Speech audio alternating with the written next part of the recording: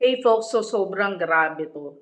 Kung nababasa niyo yung name na Micaela Espirition, ayan, so bakit ba siya trending? So basically, Micaela Espirition, isa siyang may kaya siya, eh. So, alam mo yun, ang kaka-18 lang niya. Actually, 18 siya ngayon. And di mo akalain na she used a knife on a 10-year-old kid. As in kid, literal na bata, naglalakad lang sa kalye sa may Taytay Rizal. So, syempre, sobrang galit na galit yung mga kamag-anak and himala na buhay yung bata.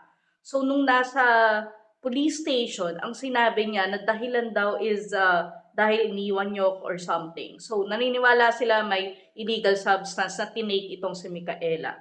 Then, yun nga, yung katinoan niya, i-check pa. So, ano kayang posible mangyari dito? So, posibleng hindi siya mapatawa na maximum dahil nga because of her mental condition. Nakakawawa yung bata, I swear. So, hindi pa naman out of danger siya, pagkaalam ko, so ipagdasal natin siya. So, i-update ko kayo kung merong, yung pa pala, si Jasmine, yung tita ng bata, nag-post nga, na galit na galit. And also, the CCTV, as in talagang multiple, multiple wounds talaga, talagang pinagtatadtad niya. So, sobrang nakakashock. Nakakashock.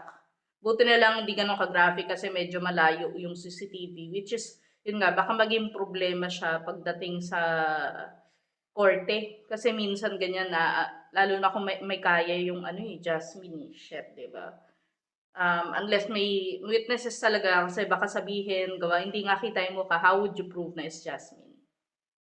But, well, umami naman siya dun sa police station, I think.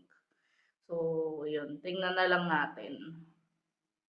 And sana hindi niya takasan yan or gamitin yung money para maano, kasi mukhang may kaya talaga siya.